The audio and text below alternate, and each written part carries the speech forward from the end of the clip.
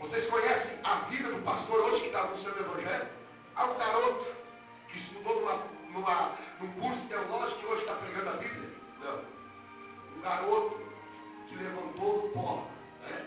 Que foi curado naquilo que a medicina desenganava, que aos 14 anos colocou os pés dentro da igreja igual a essa, ergueu a sua mão, aceitou Jesus como Salvador, e pela glória de Deus, no meio das lutas e vitórias, nunca negou a fé e sempre esteve caminhando até que o Senhor pudesse te sustentar na mão.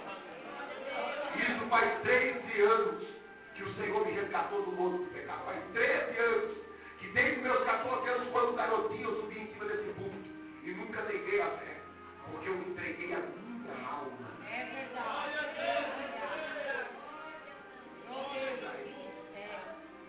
Para Ele. Fale onde quem quiser. Fale quem quiser falar, os governadores desse mundo, as pessoas poderosas desse mundo. Eu entreguei a minha alma para Ele. Quem entregou a sua vida para Jesus?